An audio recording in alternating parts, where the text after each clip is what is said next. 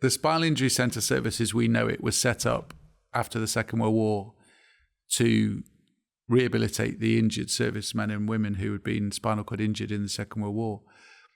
And the first Spinal Injury Centre was the National Spinal Injury Centre that many people may know is at the Stoke Mandeville Spinal Injury Centre at the Stoke Mandeville Hospital.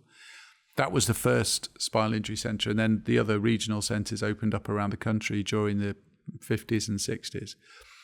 And they opened up in areas where spinal cord injury was happening. So the cities, if you like, Belfast, Glasgow and Middlesbrough, where there were sort of mining towns, and that was what was causing spinal injury. And that's where the spinal injury centres developed. But the focus of the spinal injury centres then was on rehabilitating young men after spinal cord injury, because spinal cord injury for a long time, and I say that sort of running it well into the 1990s, spinal cord injury was something that happened to young men. You know, it happened to people, young men who were riding their motorbikes, who were in cars, who were diving into swimming pools, who were climbing trees and falling out of trees. You know, it was a young man's thing. Okay, you know, spinal cord injury did happen to some ladies, but mainly the majority of spinal cord injury happened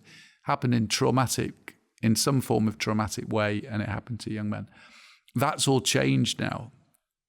The demographics around spinal cord injury say that you are just as likely to have a spinal cord injury if you're a woman than you are a man, that you're much more likely to have a spinal cord injury when you're older rather than when you're younger.